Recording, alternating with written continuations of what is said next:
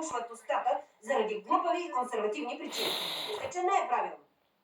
Сине, не бъди много агресивен. Може заради това да е станала гей.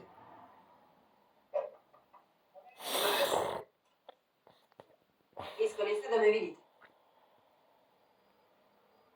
Какво става? Малкълм, с учителите не искаме да те обвиняваме. Търсим решение.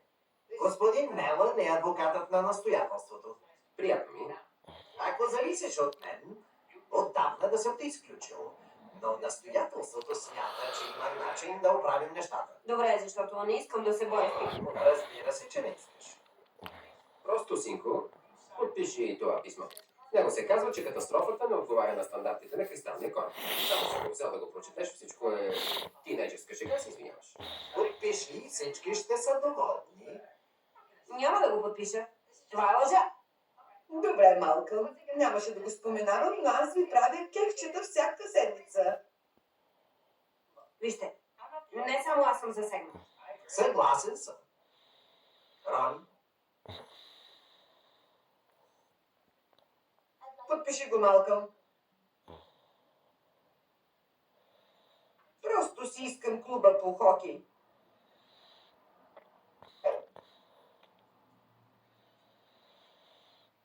здравей, Мел. Очите ти са много хубави.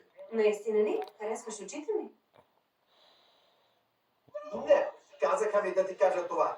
Виждам, че си много хубава, но не ме привличаш. Флиртувам с теб, защото жена ми смята, че е за добро. Чакай малко. Аз флиртувам с теб, а ти разказваш на жена си Ние си казваме всичко.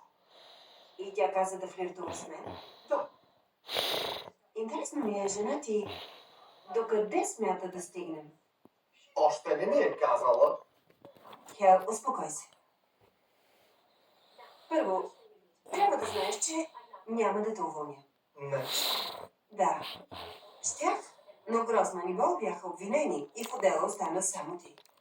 Наистина се радвам, че стана така, Хел. О, благодаря ти, Луи ще се успокои.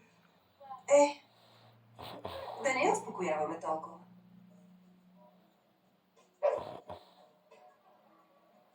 Почти не се вижда. Добре, ще довършим обсъждането на проектите в кабинета ми. Едва издържам.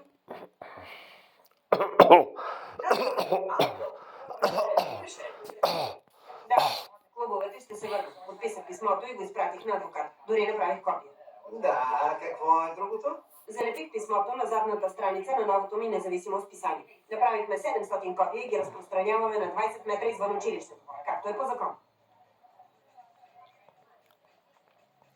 Казва се абсолютно нецензурно. Хваща око. Има интерес.